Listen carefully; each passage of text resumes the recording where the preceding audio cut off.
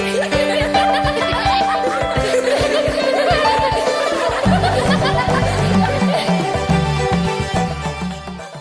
के सितारे बच्चे हमारे, कल के सितारे बच्चे हमारे। बच्चों जय हिंद। जय हिंद। कल के सितारे बच्चे हमारे कार्यक्रम में आप सभी प्यारे प्यारे बच्चों का बहुत बहुत स्वागत है। बच्चों कहते हैं प्रतिभा किसी उम्र की मोहताज नहीं होती है, और इसी के चलते आज हमने अपने स्टूडियो में बुलाया है अदीप जैन को, जो कि बहुत ही कम उम्र के राइटर भी हैं। तो अदीप, आपका बहुत बहुत स्वागत है कार्यक्रम कल के सितारे बच्चे हमारे में। Thank you. अदीप, हम अपनी बातों का सिलसिला शुरू करें उससे पहले मुझे ये बताइए कि आपका जो नाम है ना अदीप, ये थोड़ा सा अलग है, तो इसका मतलब क्या होता है?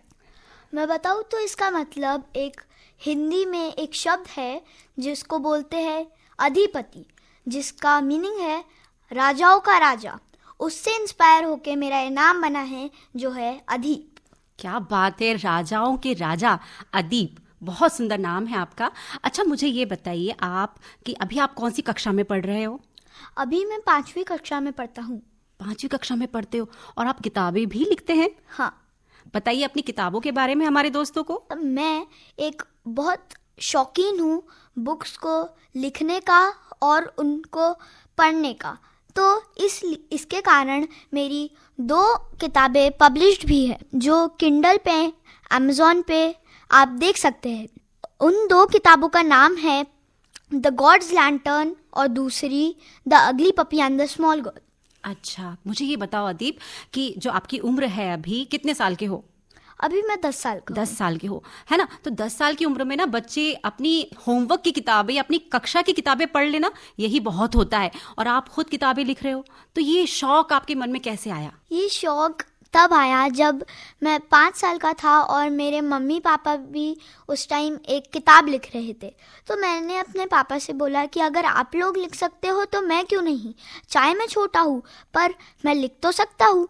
इसलिए मैंने किताब लिखना चालू करी।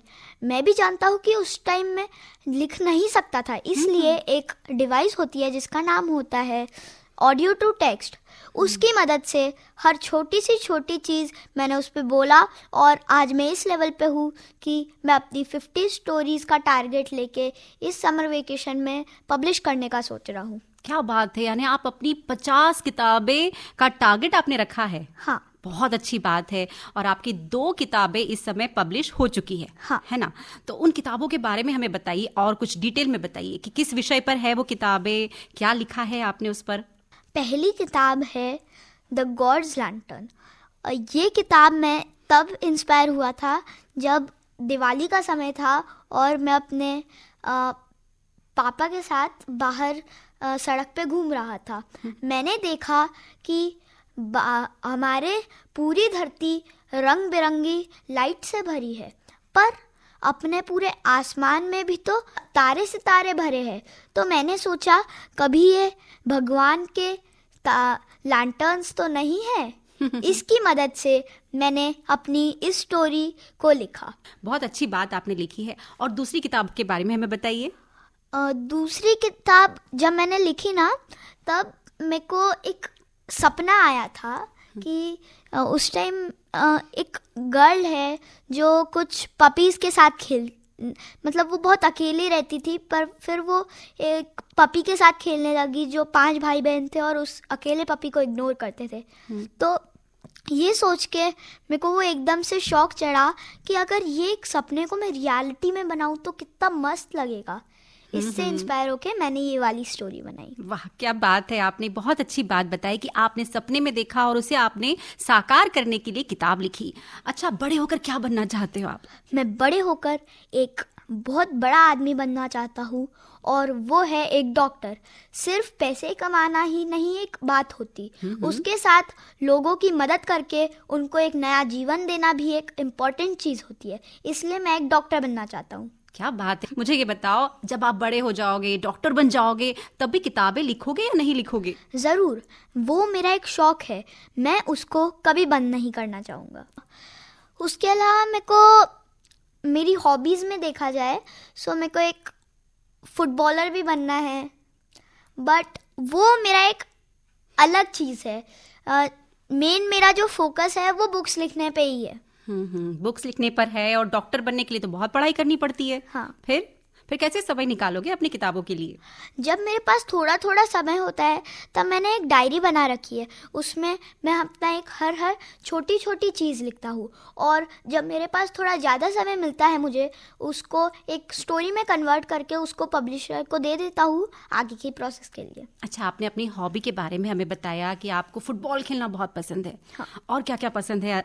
मेरे को डांस पसंद है, मेरे को स्विमिंग पसंद है, और मेन फुटबॉल पसंद है। अच्छा, ये सारी चीज़ें आप इस छुट्टियों के दौरान करने वाले हैं? हाँ, मैं स्कूल में हेड बॉय रह चुका हूँ।